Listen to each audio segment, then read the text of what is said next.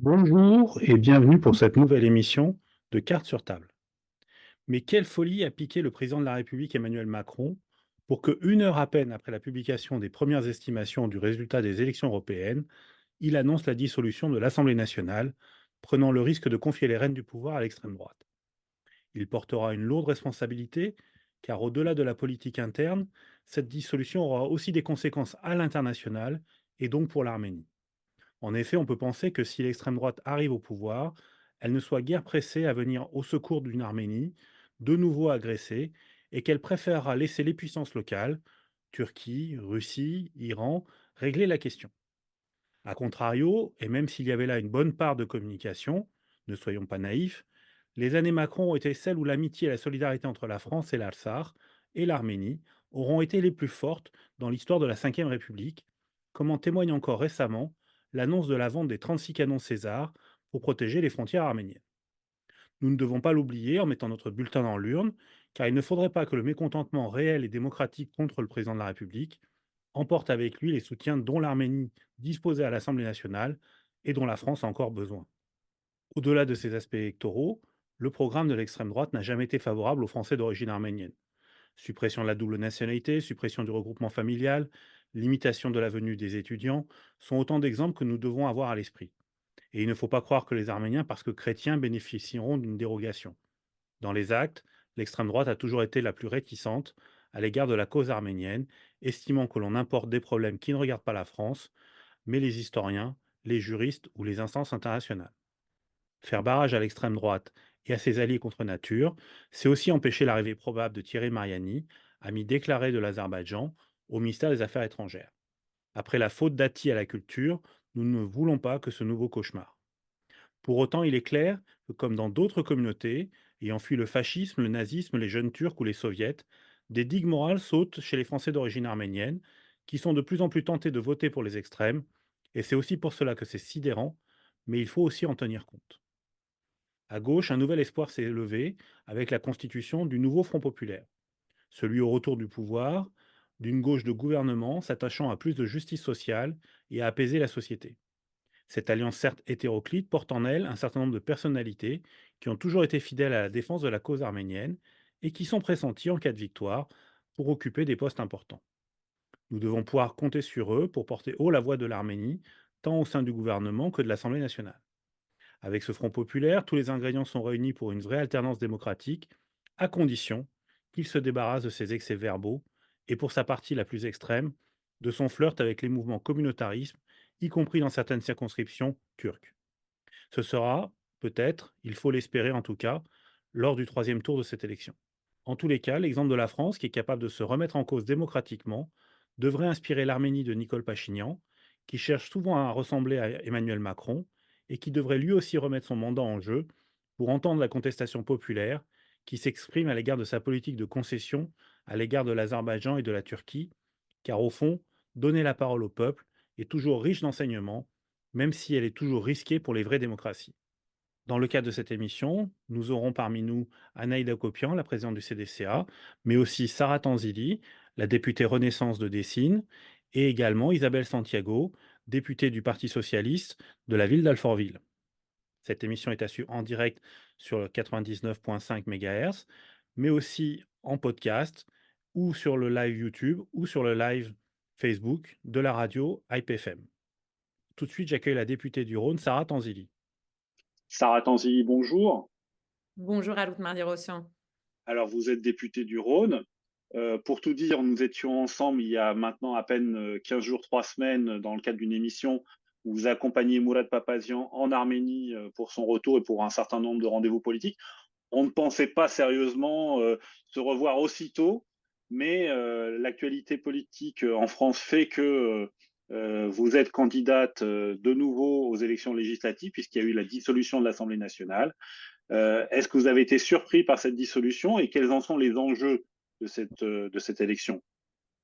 Alors, surprise, pas tout à fait, parce que finalement, moi j'ai vu comment fonctionnait l'Assemblée nationale depuis 2 ans et je crois que cette dissolution, à un moment ou à un autre, elle était inéluctable. Nous n'avons pas le choix parce qu'en réalité, l'Assemblée nationale, elle est privée de ses jambes et de ses bras depuis 2 ans. que même lorsque nous défendons des idées communes, les partis d'opposition, parce qu'ils sont dans l'opposition, préfèrent voter contre ou préfèrent faire capoter les projets. Je pense en particulier aux échanges, enfin à la situation qui a pu avoir lieu au moment de la loi immigration. Et donc, je crois que la clarification, elle était nécessaire pour qu'on puisse continuer à avancer, qu'on puisse continuer à réformer.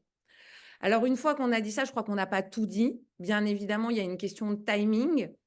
Un timing, moi, qui m'interroge incontestablement, parce que, au regard des résultats du Rassemblement national aux élections européennes, eh bien, évidemment que nous sommes dans un moment décisif pour l'avenir de notre pays, que l'enjeu, c'est de se retrouver avec des extrêmes, LFI et Rassemblement national, très hauts et très représentés à l'Assemblée nationale, et que nous soyons dans l'incapacité d'avoir une majorité démocrate et républicaine à l'Assemblée nationale. Et les conséquences seraient dramatiques, dramatiques pour les Français, dramatiques pour les Européens, dramatiques, je crois, aussi pour l'Arménie et pour les Arméniens. Alors, vous avez commencé à le mentionner et vous avez été notamment un fer de lance dans le cadre de la loi immigration où vous êtes abstenu sur cette loi. Y a-t-il un enjeu de voir arriver les extrêmes au pouvoir en France? Oui, je me suis abstenue sur cette loi parce que, non pas que je ne défendais pas le projet de loi, je l'ai défendu avec beaucoup de vigueur, même sur ma circonscription. Mais je crois que quand on est député, on doit être responsable. Et être responsable en tant que député, en tant que membre de la commission des lois, c'est pas voter un texte dont on sait qu'il est truffé d'inconstitutionnalité. Et donc, avant toute chose, moi, ce que je veux dire, c'est qu'on a besoin de parlementaires qui soient responsables. Et moi, j'ai pris mes responsabilités à ce moment-là. Maintenant, la situation qui s'est révélée à ce moment-là, elle est le reflet de ce qu'était l'Assemblée nationale, une assemblée qui était paralysée, qui était obligée, qui était finalement une majorité qui était coincée entre LFI, générateur de chaos dans l'Assemblée, hors de l'Assemblée, et puis une extrême droite qui finalement a pu paraître très respectable.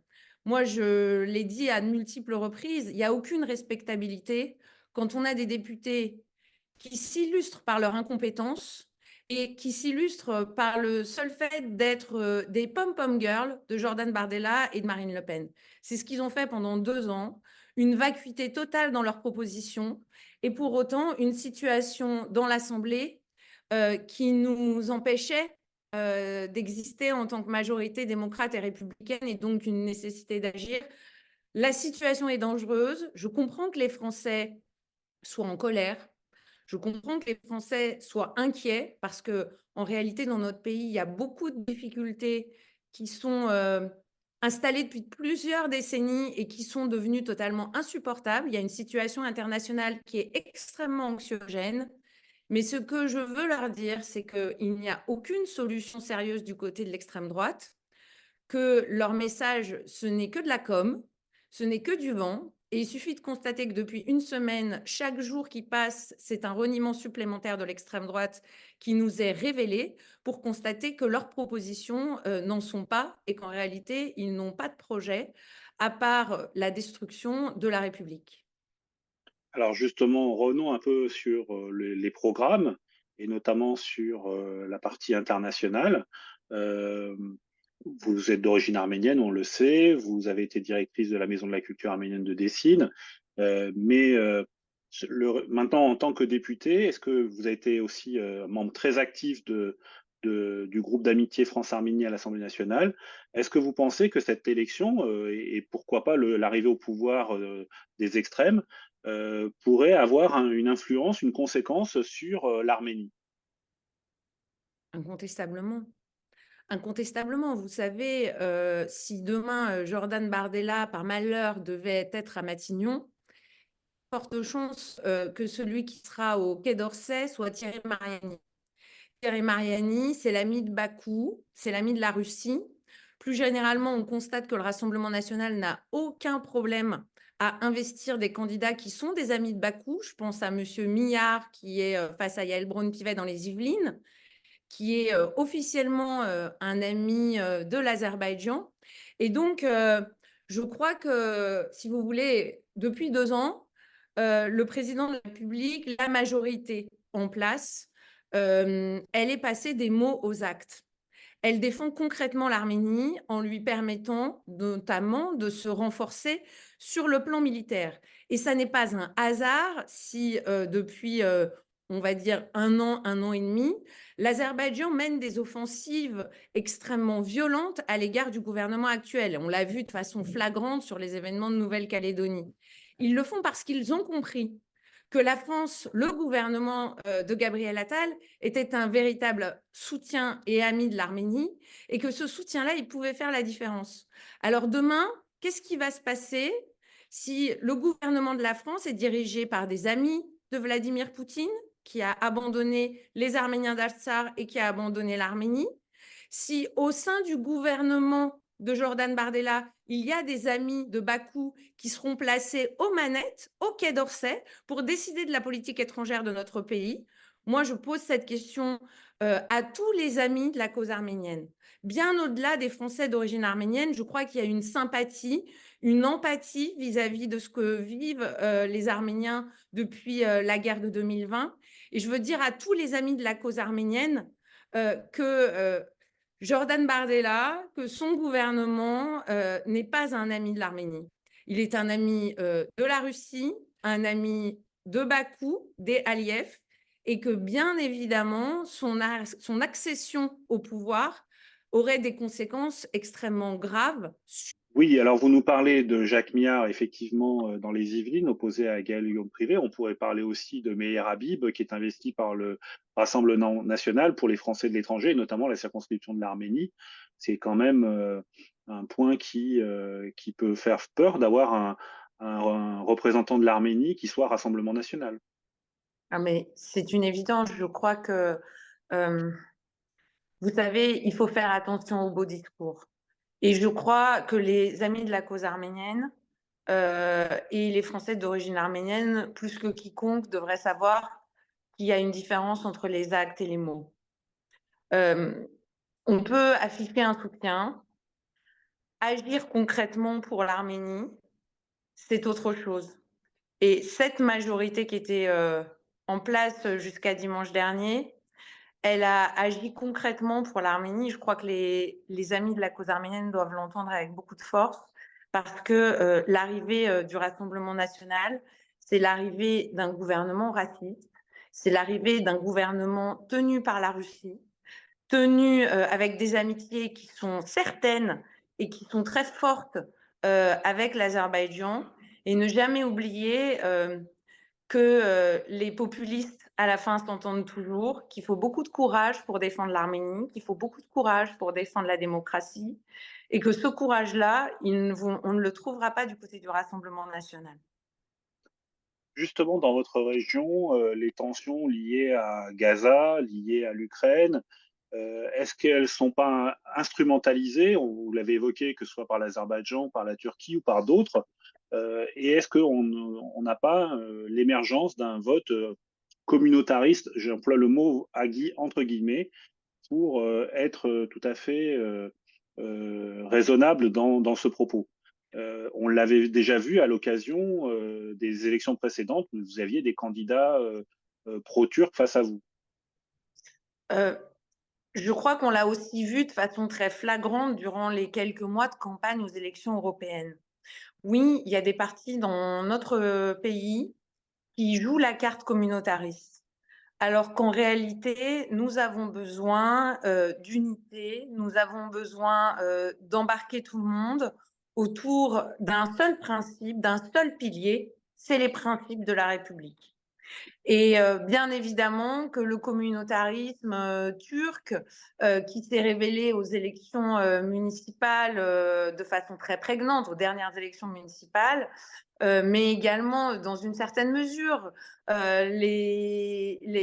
campagne qui a été menée par la France insoumise pendant plusieurs mois aux élections européennes, qui n'a pas hésité à monter les communautés les unes contre les autres, qui n'a pas hésité à participer à l'expression d'un antisémitisme sur le territoire de la République, contribue à ce communautarisme. Moi, je me porte bien évidemment en faux par rapport à ça. Je crois que la force de la France, c'est les lois de la République et c'est ce qui permet à chacun de vivre ensemble dans le respect de nos spécificités, de nos différences et en faisant de ces différences une force et une richesse. Ce n'est pas en montant les Français les uns contre les autres que demain on va construire une France plus forte.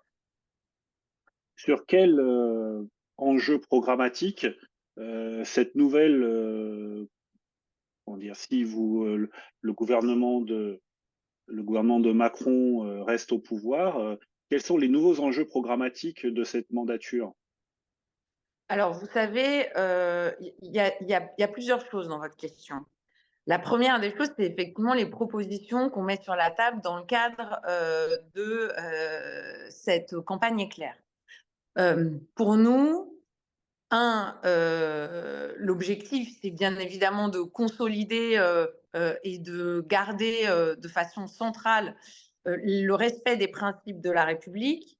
Et puis, c'est d'apporter des réponses aux Françaises et aux Français sur des sujets de pouvoir d'achat, de sécurité en particulier. Pour ma part, parce que je crois qu'on a aussi, quand on a travaillé pendant 2 ans à l'Assemblée nationale comme je l'ai fait, j'ai aussi des propositions qui font la continuité logique des travaux que j'ai menés pendant 2 ans. Et je voudrais en particulier vous parler des propositions autour de l'enfance. Parce que je crois que dans le moment dans lequel on a aussi besoin d'espoir, on a aussi besoin de construire une France d'avenir et que bien évidemment, l'enfance, c'est notre avenir. Alors moi, je viens de remettre, il y a quelques jours de cela, un rapport qui contient 73 recommandations pour améliorer la qualité d'accueil et le modèle économique des crèches. Et je veux bien évidemment, je dirais, transformer l'essai en transformant ces 73 recommandations en propositions de loi parce que, on le sait aujourd'hui, les 1000 premiers jours de l'enfant sont extrêmement déterminants dans sa capacité à se développer dans les années à venir et que notre responsabilité, si on veut construire l'avenir, si on veut une France plus forte demain, c'est de construire des générations plus fortes. Et pour cela, on ne peut pas faire l'impasse de cette période stratégique dans la construction de l'enfant. C'est la raison pour laquelle j'ai toute une série de recommandations qui ont vocation à améliorer la qualité d'accueil pour placer l'intérêt de l'enfant au cœur du modèle de fonctionnement des crèches. Et par exemple, typiquement, ça fait partie, pour ma part, des propositions que je mets sur la table dans le cadre de cette campagne législative express.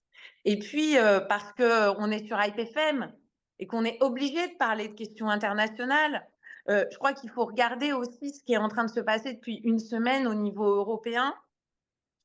Il y a une inquiétude très forte que la France bascule entre les mains des extrêmes, de l'extrême droite comme de l'extrême gauche d'ailleurs, de la part de tous nos partenaires européens. Parce que la France, c'est un moteur essentiel de la coopération européenne, et en particulier sur les questions politiques et sur les questions internationales. Et demain, une France qui serait dirigée par Jean-Luc Mélenchon ou par Jordan Bardella, eh bien, ce serait l'affaiblissement de l'Europe, ce serait l'affaiblissement des républicains et des démocrates en Europe. Et bien évidemment, ça aurait des conséquences très négatives pour l'Arménie, simplement au niveau des modalités de soutien de l'Union européenne vis-à-vis de l'Arménie. On sait que la France pousse beaucoup pour que l'Union européenne fasse plus vis-à-vis de l'Arménie. On sait que la France a permis la création d'une mission civile en Arménie renvoyée par l'Union européenne. Il y a quand même de très fortes chances que si demain, ce soit Jordan Bardella ou Jean-Luc Mélenchon à la tête du gouvernement français, tout ça s'effondre comme un château de cartes.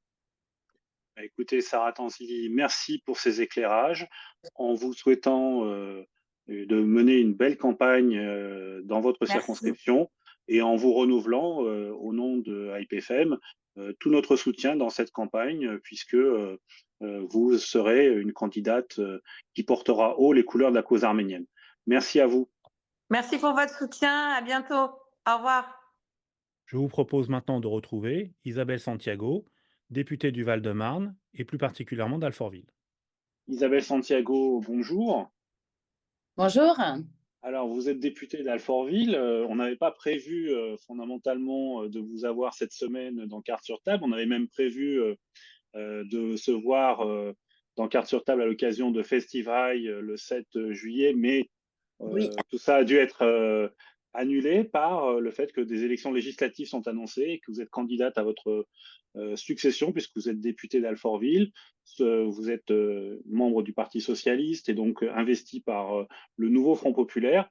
Est-ce que, première question d'abord, est-ce que pour vous ça a été une surprise totale et comment vous jugez ces élections législatives?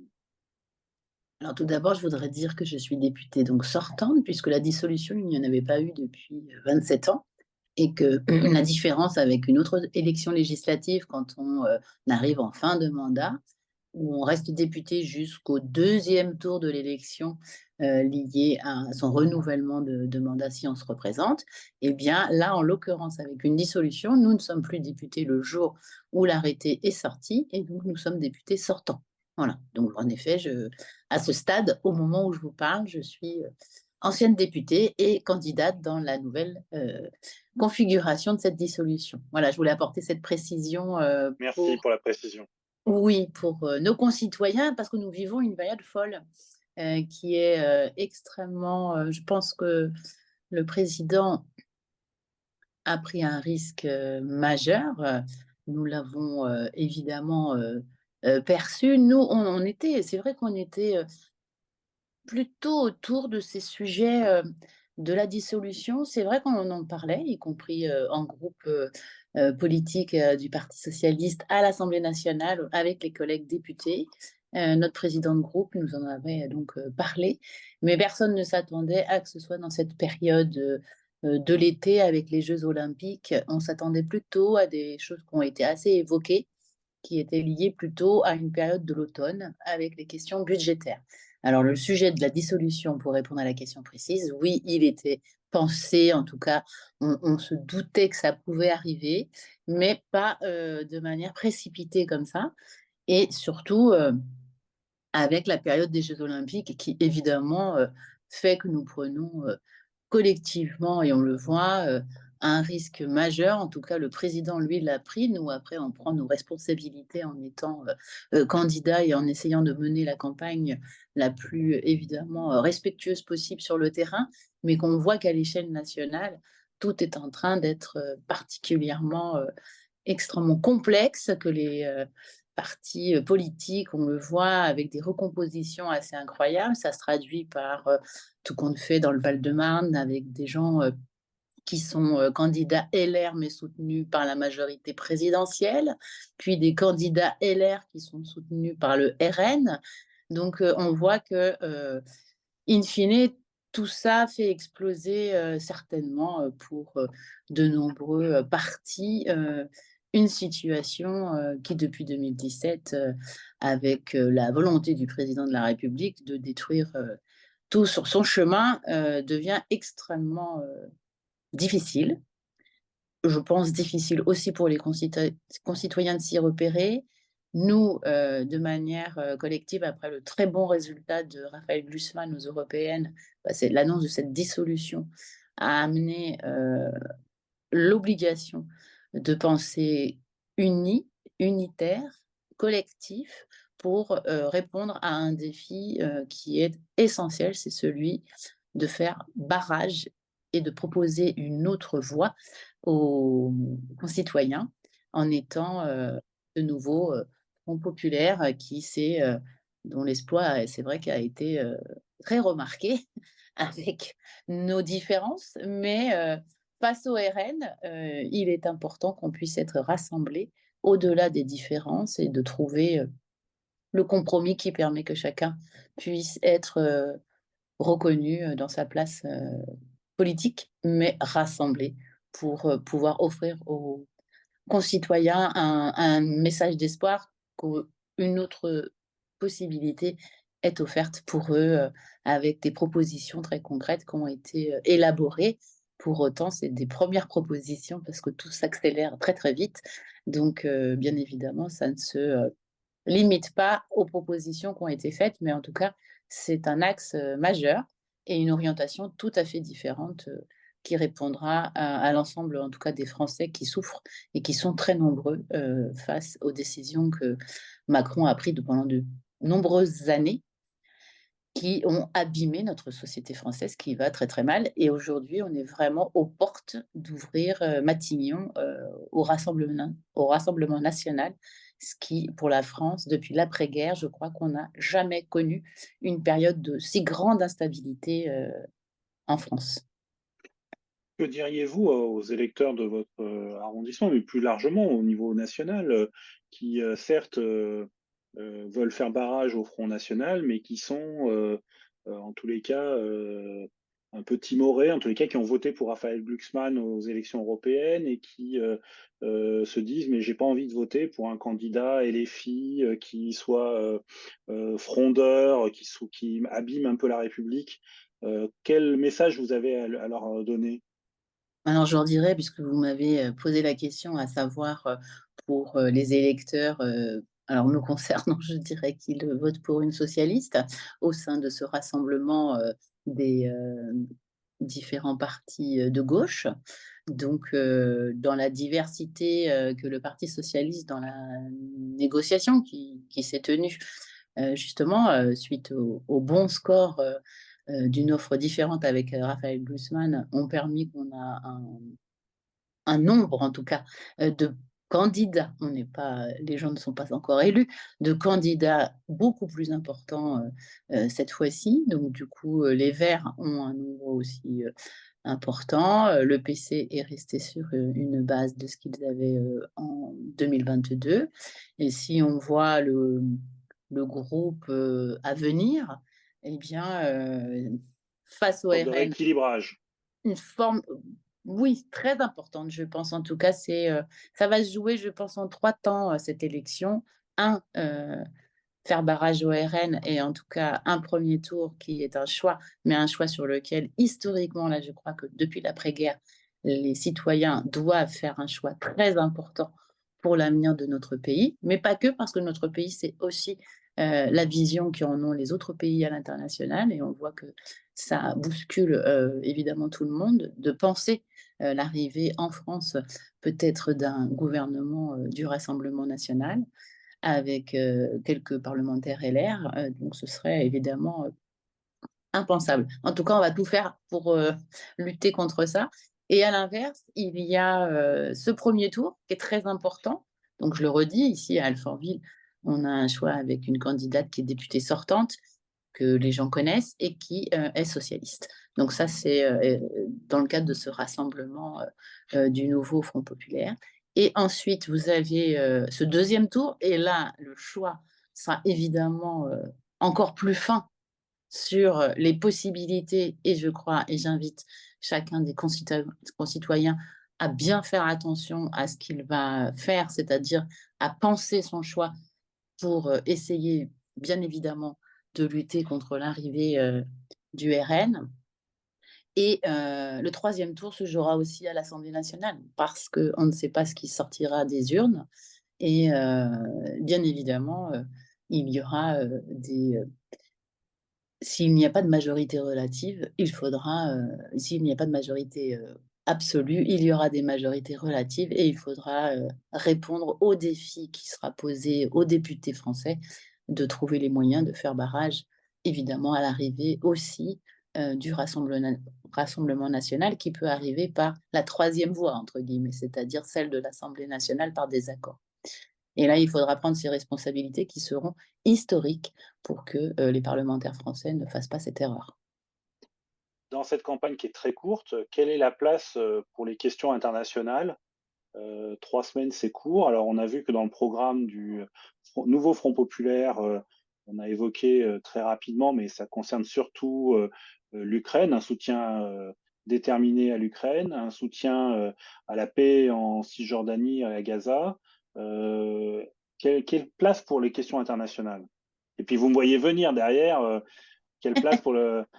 est-ce que ça aura des conséquences sur l'Arménie? Évidemment. Alors, de toute façon, je crois que tout d'abord, il faut être objectif et humble Moi, je ne participais pas évidemment à l'écriture du document qui donne les premières pistes de travail du nouveau Front populaire. Donc, évidemment, pour moi, il manque évidemment beaucoup d'éléments et beaucoup de choses. Bien sûr. Voilà, donc du coup, je ne suis pas inquiète sur les sujets sur lesquels il manque parce que ça se fait dans une configuration où il y avait à bien réarmer des choses, et j'emploie le terme réarmer, politiquement des choix très importants avec des partis aussi différents qui sont sur certains sujets différents vraiment. Et donc, il était important que l'Ukraine et que les questions du Moyen-Orient puissent être abordées et écrites parce que les personnes comme ça sont dans le cadre d'une forme d'affirmation de ce que l'on souhaitait, particulièrement évidemment avec l'Ukraine. Il y a une question qui est d'ordre géopolitique, qui n'est pas abordée en fait globalement sur l'ensemble des sujets qui sont très nombreux sur la situation. Le monde n'a jamais été aussi dangereux avec de nombreux conflits. Le Caucase, évidemment, en fait partie. On voit quelque temps avant cette décision brutale prise et surprenante prise par le président Macron, il y avait eu les célébrations des 80 ans du débarquement auquel j'ai participé, qui était évidemment un honneur. À ce moment-là, il y a eu Biden présent en France, qui lui-même a parlé avec Macron au sujet et ont fait une déclaration sur l'Arménie et le Caucase du Sud.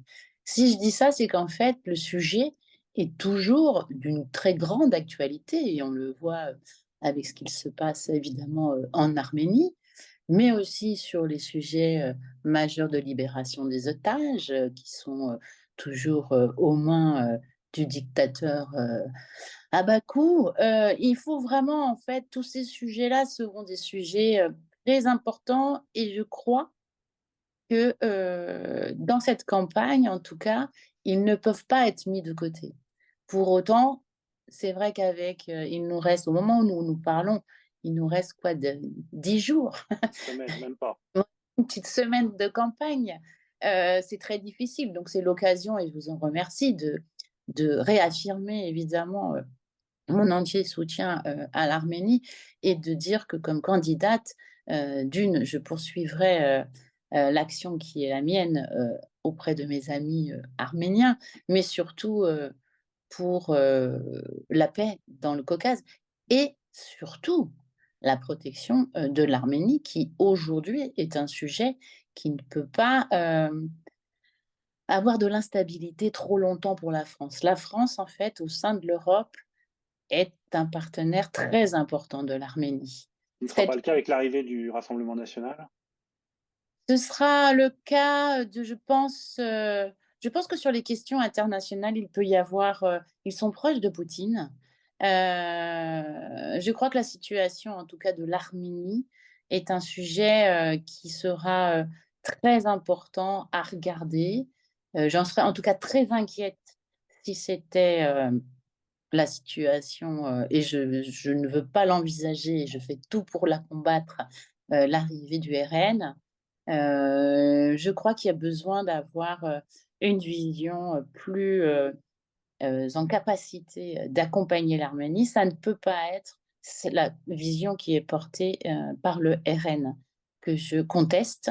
Ce n'est pas eux, ils le portent sous une vision qui est une problématique autour de religion. L'Arménie, ce n'est pas que ce sujet-là, et donc la géopolitique n'est pas que ce sujet-là, loin de là. Et il y a vraiment l'ensemble du Caucase, dont l'Arménie, doit être absolument protégée, y compris son patrimoine. Et on voit la situation actuelle avec ce que fait l'Azerbaïdjan, qui évidemment, je les ai jamais vus, par exemple, très concrètement, le RN s'emparer de ce sujet-là quand nous sommes à l'Assemblée nationale, sur les questions de l'UNESCO, sur la reconnaissance du patrimoine des Arméniens, sur ce que fait Bakou, l'Azerbaïdjan, en rasant tout le patrimoine qui était sur le Artsakh. Voilà, et je pense qu'il est nécessaire d'avoir une vision globale et pas une vision comme celle que porte le RN, qui est plutôt une forme que je ne partage pas sur le fond et sur la forme. Donc j'espère qu'évidemment ce ne sera pas eux qui arriveront au pouvoir. En tout cas, il faut tout faire, nous tous collectivement, contre cette arrivée et surtout pour les jeux géopolitiques, y compris avec Poutine, il est essentiel d'avoir une position qui soit forte sur les sujets de l'Arménie. Et c'est évidemment pas avec la main tendue à Poutine que l'on va y arriver. Vous êtes une membre importante de la commission de la défense. Mm. Vous avez vu ce qui s'est passé sur l'ingérence étrangère de l'Azerbaïdjan, notamment en Nouvelle-Calédonie, mais pas que. Ça se poursuit également en Corse et dans d'autres régions.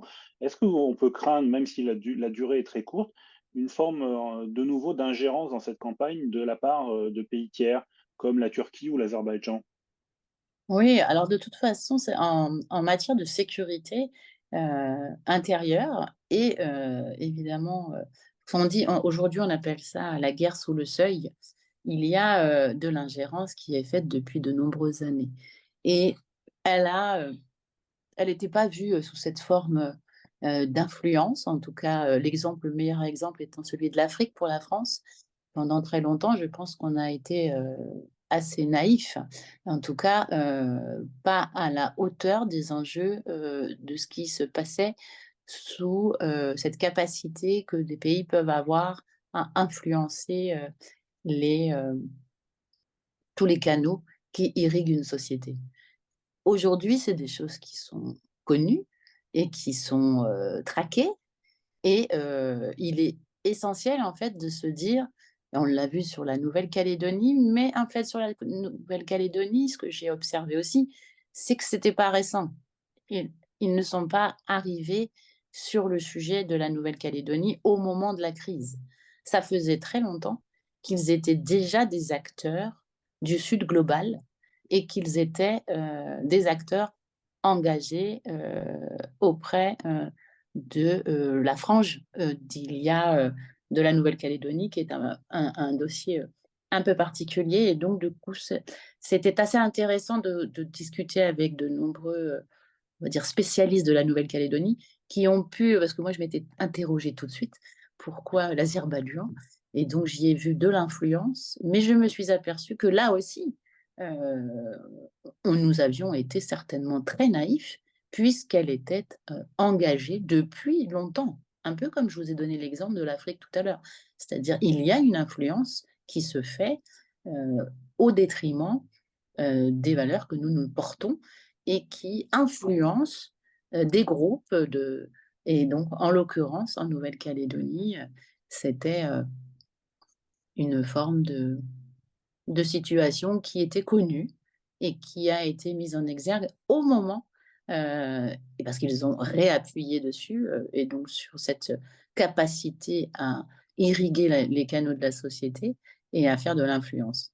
Et pour la question très précise des élections législatives, elles sont faites en urgence, avec un timing qui est très très serré. Jamais sous la Ve République une élection n'a été aussi rapide. Donc, on a une situation qui est extrêmement difficile politiquement en France, mais aussi, je pense qu'à l'international, ça doit bien euh, plaire à tous ceux qui sont nos compétiteurs, à nos détracteurs, et dont l'Azerbaïdjan, et dont Poutine, et pas mal de gens assez nombreux, parce que à travers les réseaux sociaux et les TikTok et j'en passe, il y a pouvoir d'influencer largement la société par des messages qui ne sont pas des messages que l'on souhaiterait, mais qui peuvent avoir capacité à irriguer des messages qu'on ne voudrait pas.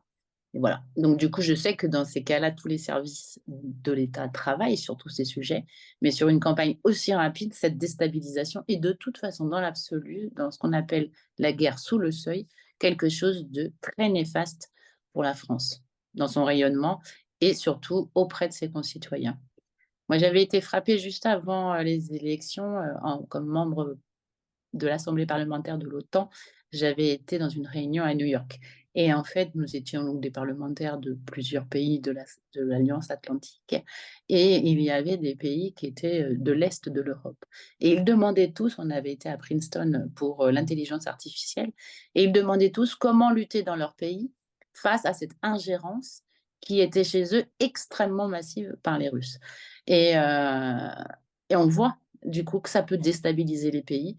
Et en effet, quand nous sommes dans des réunions internationales, plusieurs parlementaires qui sont de pays différents, donc moi je ne suis pas au quotidien pour connaître les histoires qu'ils ont à l'intérieur de leur pays, soyons là aussi humbles dans l'action que nous menons, eh bien franchement, ils étaient très inquiets et avaient des influences très néfastes qui pouvaient jouer sur leurs élections au moment des scrutins chez eux. Et donc, comme nous étions dans une faculté qui est très renommée et avec des personnalités très renommées de l'intelligence artificielle pour aider à mieux reconnaître toutes ces ingérences, eh bien, je crois que c'était une démonstration extrêmement forte, là aussi, de ce que ça peut faire dans une société. Isabelle Santiago, dernière question, s'adressant à travers nous, nos auditeurs, mais donc aux Français d'origine arménienne au niveau national, et puis au-delà, leurs amis, etc. Sur le plan programmatique, si vous aviez quelques éléments à, à expliquer pourquoi il faut voter pour le Front populaire et puis pour vous-même, par ce biais-là, sur votre circonscription, quels seraient ces engagements que vous pouvez prendre, tels que vous avez déjà pris dans cette mandature au travers de votre engagement pour la famille et l'enfance? Oui. Alors, je dirais d'abord, avant de parler de moi, je dirais que de manière nationale, je trouve que dans le programme qui est proposé sur les premiers points et les premiers 100 jours, comme on dit, ce qui est très important, c'est d'envoyer un maximum de parlementaires de cette nouvelle union populaire, parce que tout d'abord, notre société va mal, elle est très en colère, nous le savons depuis un certain temps. Macron et son gouvernement ont été brutaux dans leur choix. Les politiques publiques n'ont pas été portées jusqu'à être ancrées dans les territoires pour répondre à cette société qui est en crise. Le pouvoir d'achat, comme on dit aujourd'hui, n'est pas une question de fin de mois, mais de début de mois pour beaucoup de gens. Il y a énormément de colère. Cette colère n'a pas été apaisée et notre société, la société française, a besoin de retrouver de l'espoir et du calme. Je crois en tout cas que nous sommes très nombreux à pouvoir répondre en tout cas à ces défis. Et dans les propositions très concrètes, dans les premières, auxquelles évidemment j'apporte une très grande importance parce qu'elles ont fait partie de ce que j'appelle la brutalité du gouvernement Macron, c'est la réforme des retraites, c'est ces réformes nombreuses sur la réforme du chômage, dite du chômage, c'est la réforme inique, scandaleuse auquel j'ai assisté au débat, donc je sais d'autant plus comme elle est scandaleuse, celle sur l'immigration, qui était une copie vraiment de ce que pourrait faire le RN, et ils en étaient ravis. Je ne crois pas que notre société peut se fracturer comme cela. En France, nous avons de la richesse et elles viennent aussi de nos cultures et de nos histoires à chacun.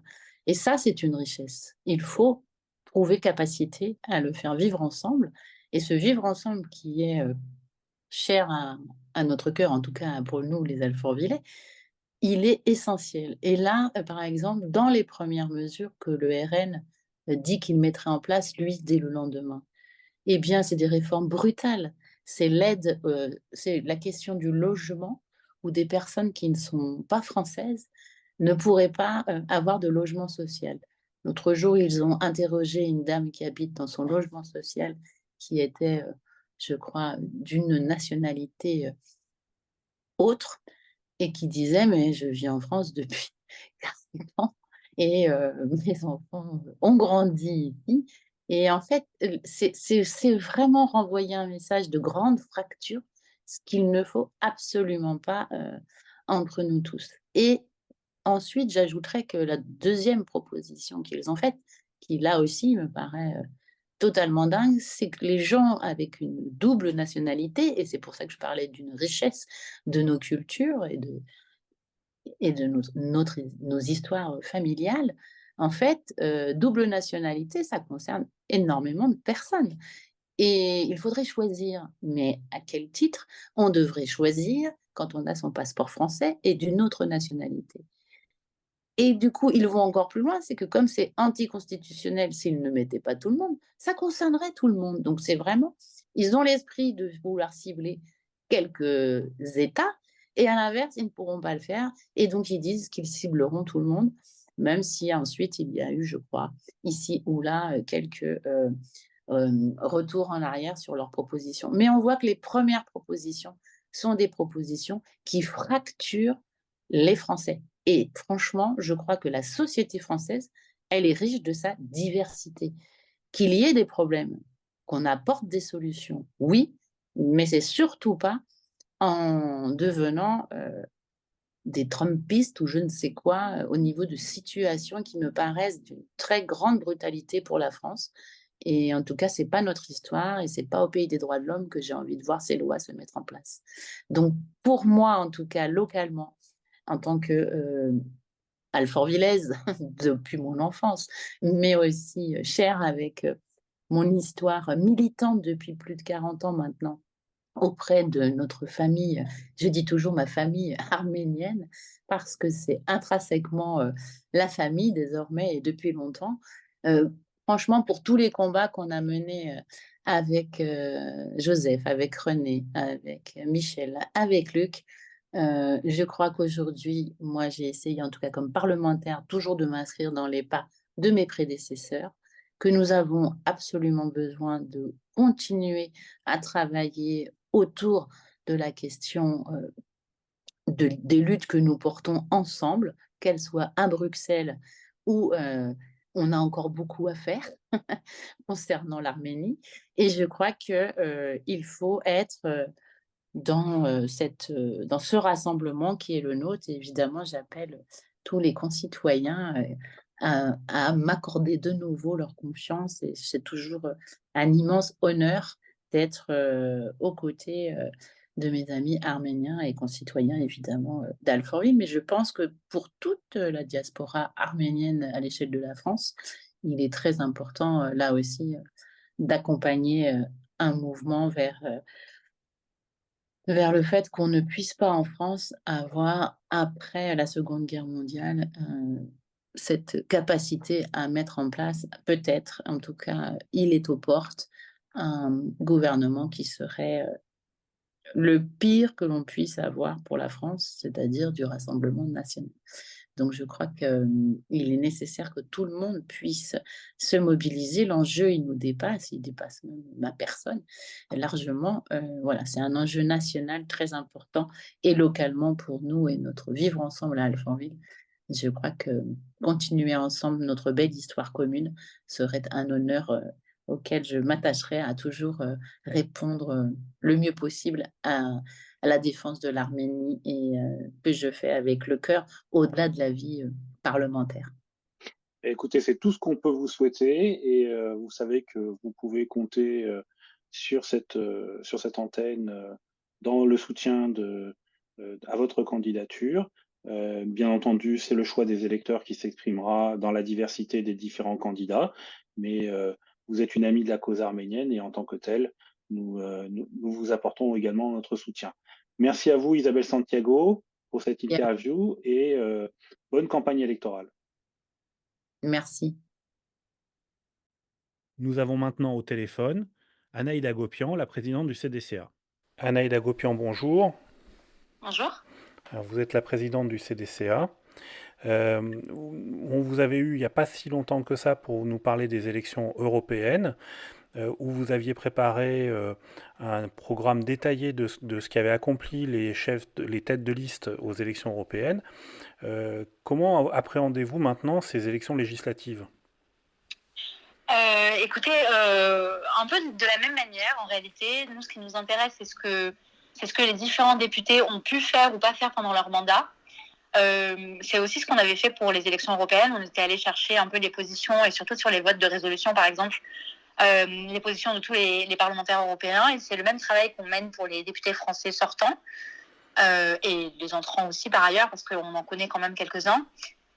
Donc voilà, on va bientôt publier ces différentes informations-là pour essayer d'avoir l'approche la plus rationnelle, je dirais, possible dans ces moments qui sont quand même très particuliers.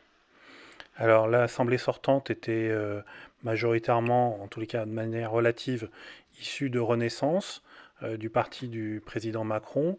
Quel bilan vous tirez du travail de cette législature? Écoutez, il faut le dire, et on l'a dit quand même à plusieurs reprises, la France a quand même été en pointe sur la défense de la question arménienne à travers différentes initiatives, évidemment menées par le président, mais pas que. Et je pense que le rôle de l'Assemblée nationale et des députés Renaissance, et pas que par ailleurs, a été très important sur le sujet. Je rappelle quand même que la question arménienne, c'est une question qui est transpartisane. Tous les députés de tous les partis politiques, généralement, s'accordent sur cette question-là. C'est assez rare qu'il y ait des personnes qui votent contre. Généralement, même, on arrive à les repérer assez facilement, notamment au Sénat, par exemple. Je pense à Nathalie Goulet et je pense qu'on pense tous à elle. À l'Assemblée nationale, c'est moins vrai. Généralement, toutes les résolutions passent à l'unanimité et donc je m'en félicite parce que la situation est très grave en Arménie et donc voilà, il faut que ce soit un soutien transpartisan. On regardera évidemment le bilan des députés Renaissance, mais pas que. Le bilan de tous est très important pour nous. Alors, y a-t-il des députés qui ont d'ores et déjà vos faveurs et sur lesquels vous portez une attention à ce qu'ils soient réélus? Oui, tout à fait. Je pense à un certain nombre de députés qui ont été quand même très actifs sur la question arménienne. Pour vous citer quelques noms, mais je pense que vos auditeurs les connaissent déjà.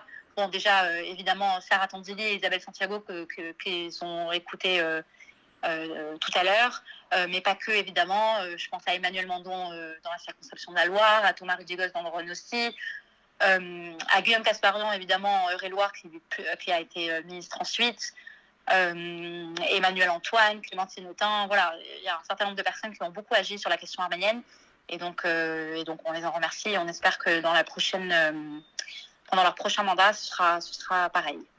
Si on prend maintenant les circonscriptions où sont présents une communauté arménienne, même si est-ce que vous considérez qu'il y a encore un vote arménien ou pas, d'ailleurs? Je pense que oui. Alors, ça s'explique, oui et non. En fait, chaque circonscription est différente. Il reste quand même globalement un vote arménien. Pas tant par parti politique, mais plutôt par personnalité. Généralement, on sait reconnaître des personnes qui ont œuvré pour la défense de la question arménienne. Donc voilà, dans ce sens-là, oui, je pense qu'il existe quand même encore un vote arménien. Alors, si on prend la région sud, la région marseillaise, où il y a beaucoup d'Arméniens qui vivent à Marseille, est-ce qu'il y a des candidats qui tirent leur épingle du jeu? Oui, bien sûr. Je pense que la réponse, l'une des réponses évidentes, c'est le duo Sabrina Agresti-Roubache et Didier Parakian, par exemple. Sabrina Agresti-Roubache quand elle a été députée, et puis ensuite surtout Didier Parakian, qui ont quand même beaucoup œuvré pour la question arménienne. Un peu plus loin, Laurence Pétel, qui était quand même la présidente du groupe d'amitié France-Arménie. Voilà, enfin, il y a eu quand même un certain nombre de députés.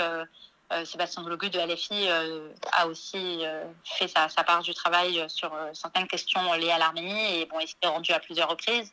Voilà, un certain nombre de députés ont agi. Si on se parle que du Sud, je vous citerai cela. Un peu plus loin, Philippe Radal a eu aussi beaucoup œuvré sur la question. Donc voilà, ça reste quand même assez transpartisan, parce que là, je vous cite différentes sensibilités politiques. Et j'en oublie, je suis certaine, beaucoup, hein, mais ils ont tous œuvré sur la question arménienne, et je les en remets. Alors, si on remonte maintenant dans la vallée du Rhône, vous avez cité tout à l'heure Sarah Tanzili qui était sur notre antenne, mais est-ce qu'il y a d'autres candidats dans la région Rhône-Alpes qui attirent votre attention? Oui, Sarah Tanzili est pas très loin d'elle, Thomas Rudigos aussi, dans la première circonscription du Rhône. Je pense aussi à Emmanuel Antoine dans la Drôme aussi. Voilà, il y a eu un certain nombre de candidats qui ont aidé, et encore une fois, hein, vous le voyez bien, hein, Sarah par exemple Tanzili de Renaissance, Thomas Rudigos de Renaissance aussi, et Emmanuel Antoine, elle, des Républicains. Donc voilà. On nous a signalé que le Le rapporteur de la loi de reconnaissance du génocide arménien, l'ancien maire de Villeurbanne, Jean-Paul Brett, était de nouveau candidat. Est-ce que Tout à fait. ça fait partie des gens que vous entendez soutenir? Oui, bien sûr, parce que c'est tout un symbole. On ne peut pas oublier tout ce qu'il a fait. Alors, c'était des précédentes mandatures, c'était pas celle-là, mais ça reste un symbole, donc c'est un symbole important. Évidemment qu'on le soutiendra dans sa candidature. Alors, je précise qu'il est candidat dissident Nouveau Front Populaire, mais qu'il est bien dans la circonscription de Villeurbanne. Donc voilà. Si on monte maintenant dans la région parisienne, il y a tout d'abord la circonscription d'Issy-les-Moulineaux, où se présente le Premier ministre Gabriel Attal. Tout à fait. Et Gabriel Attal, pour le coup, on ne peut pas lui enlever. Il a beaucoup œuvré sur la question arménienne depuis le début, par ailleurs, avant même qu'il soit Premier ministre, avant même qu'il ait différentes fonctions au sein du gouvernement, déjà quand il était député. Donc oui, tout à fait. Dans la région parisienne, il y a aussi Isabelle Santiago, je l'ai cité tout à l'heure, dans le Val-de-Marne. Il y a aussi Astrid Panossian à Paris même. Voilà, il y a différentes circonscriptions qu'on va regarder de très près et vous pourrez suivre tout ça en direct sur les réseaux sociaux du CDCA. Alors, est-ce qu'à contrario, il y a, même s'ils sont peu nombreux, des candidats qui n'ont pas les faveurs du CDCA? Oui, je pense surtout aux candidats qui sont restés dans le groupe d'amitié France-Azerbaïdjan. Ils ont eu l'opportunité de quitter ce groupe d'amitié-là, surtout après la politique génocidaire de l'Azerbaïdjan à l'égard des habitants d'Artsakh, des Arméniens d'Artsakh. Et ils ont eu énormément de temps pour quitter ce groupe d'amitié. Manifestement, ils ont décidé d'y rester. C'est absolument pas un bon signal qu'ils envoient aux Arméniens en France. Et notamment aux Français tout court par ailleurs, parce que on a vu les politiques de déstabilisation de l'Azerbaïdjan à l'égard de la France. C'est quand même très dangereux, la politique menée par l'Azerbaïdjan contre la France. Toutes les menaces d'Aliyev à l'égard d'Emmanuel Macron et à l'égard de la politique menée par la France. Je ne comprends pas que des députés français puissent continuer de rester dans ce groupe d'amitié comme si de rien n'était. C'est quand même très perturbant. Je pense aussi à certains candidats en particulier. Je pense à Philippe Meunier, par exemple, dans le Rhône, qui a quand même des liens de proximité avec Mariani, et donc ça, je le regrette, et il fera partie de cette liste qu'on appelle affaire barrage. Et je pense à Carlos Bilongo aussi, dans le Val d'Oise, qui a des liens avec des mouvances turques extrémistes, et donc on le regrette très fortement, et on va aussi appeler à faire barrage à ce député-là. D'accord. Ainsi que, donc, vous l'avez dit, tous les membres du groupe d'amitié France-Azerbaïdjan. Alors, dans ce groupe d'amitié, on retrouve des députés Rassemblement National, ou qui portent pour cette élection l'étiquette Rassemblement National. On a tout à l'heure, Sarah Tanzili a eu des mots très durs à l'égard du risque de voir arriver le Rassemblement National. Dans l'appréciation que vous aviez portée pour les élections européennes pour Jordan Bardella, vous aviez été également assez sévère. Enfin, sévère. Vous avez dénoncé un peu son absence de présence donc, dans le cadre des votes. Est-ce que c'est la même chose pour les élus ou les candidats du Rassemblement national à l'Assemblée nationale qui sont absents des questions arméniennes? Oui, c'est un fait qui nous dérange. On ne peut pas être indifférent face à des élus qui sont absents, alors que ça puisse arriver de temps en temps. Pardon, excusez-moi. Que ça puisse arriver de temps en temps parce que c'est le travail législatif qui l'exige et parce qu'ils sont en commission ou ailleurs. Ça s'entend, mais quand ça se répète à plusieurs reprises, c'est quand même quelque chose qui dérange, parce que la question, je le répète, est très grave. On se parle évidemment de vie ou de mort, on se parle de l'Azerbaïdjan qui considère l'Arménie déjà comme l'Azerbaïdjan occidental, donc qui trace une politique belliqueuse et une volonté expansionniste qui est quand même très dangereuse. Donc voilà, c'est quelque chose qu'on va suivre de très près. On avait été très critique, effectivement. Alors, au sujet des absences de Jordan Bardella, c'est vrai, mais aussi les liens et la présence de Thierry Marani si haut dans la liste du Rassemblement national, c'est quelque chose qui nous dérange profondément. Les liens de Thierry Marani avec l'Azerbaïdjan ne sont plus à démontrer. Donc voilà, c'est quelque chose qui nous dérange beaucoup. Et Thierry Mariani qui est pressenti pour devenir ministre des Affaires étrangères. Alors oui, il y a des rumeurs qui circulent à ce sujet. On attendra de voir l'éventuelle liste. Déjà, on attendra de voir ce qu'il en est au lendemain de ces élections, le 8 juillet. Et puis en fonction, on verra. Mais j'espère effectivement que Thierry Marani, n'aura pas de poste au sein de ce gouvernement, et surtout pas le poste du ministre des Affaires étrangères, parce que dans ce cas de figure-là, la situation serait quand même très grave. Vous avez eu une analyse dossier par candidat par candidat, dossier par dossier, circonscription par circonscription. Est-ce qu'il y a néanmoins des éléments généraux que vous attendez des candidats ou des partis politiques pour la prochaine mandature? Est-ce qu'il y a des engagements que vous attendez d'eux pour apporter un soutien plus massif? Oui, je pense qu'il y a des questions très concrètes sur lesquelles les députés peuvent s'engager. D'ailleurs, je crois que là, aujourd'hui, on n'a plus besoin même de rappeler qui sont l'Azerbaïdjan et la Turquie. Je pense que là, ça y est, c'est clair pour tout le monde. Maintenant, il y a des questions très concrètes et qui vont arriver très vite.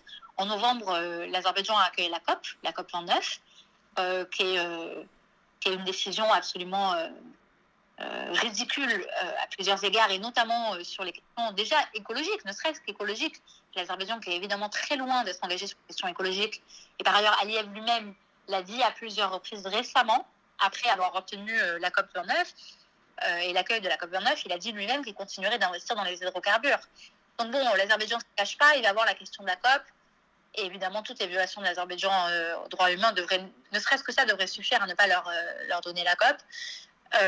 Et puis après la COP et avant même, en parallèle de tous ces sujets-là, il y a évidemment la question des prisonniers arméniens qui sont détenus en Azerbaïdjan. Ce n'est pas possible que des personnalités françaises, qu'un gouvernement français, que qui que ce soit par ailleurs soit présent sur le sol azéri alors qu'à quelques centaines de mètres d'eux, des Arméniens se font torturer simplement parce qu'ils sont arméniens. Ça a assez duré. Et quand on entend les tortures psychologiques et physiques que nous racontent les prisonniers qui sont sortis de prison à Bakou, ça fait quand même froid dans le dos.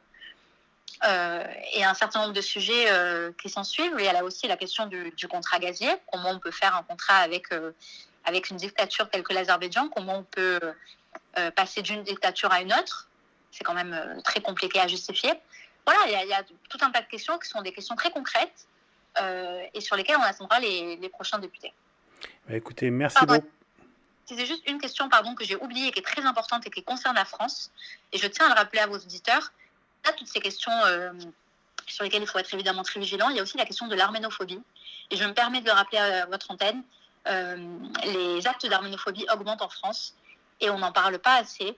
Le CDC a déjà lancé un certain nombre de campagnes là-dessus. Et ça a lieu dans certaines régions très précises. Et évidemment, on attendra les députés là-dessus aussi. Voilà. Bah, écoutez, merci beaucoup. On attend donc qu'en début de semaine prochaine pour les éléments. Eh bien, écoutez, merci encore beaucoup à Anaïda Gopian et bonne continuation du travail du CDCA. Merci beaucoup.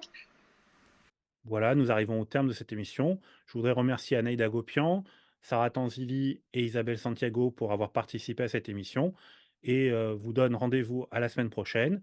Et en attendant, n'oubliez pas, l'important c'est d'aller voter et de participer à la vie démocratique de notre pays.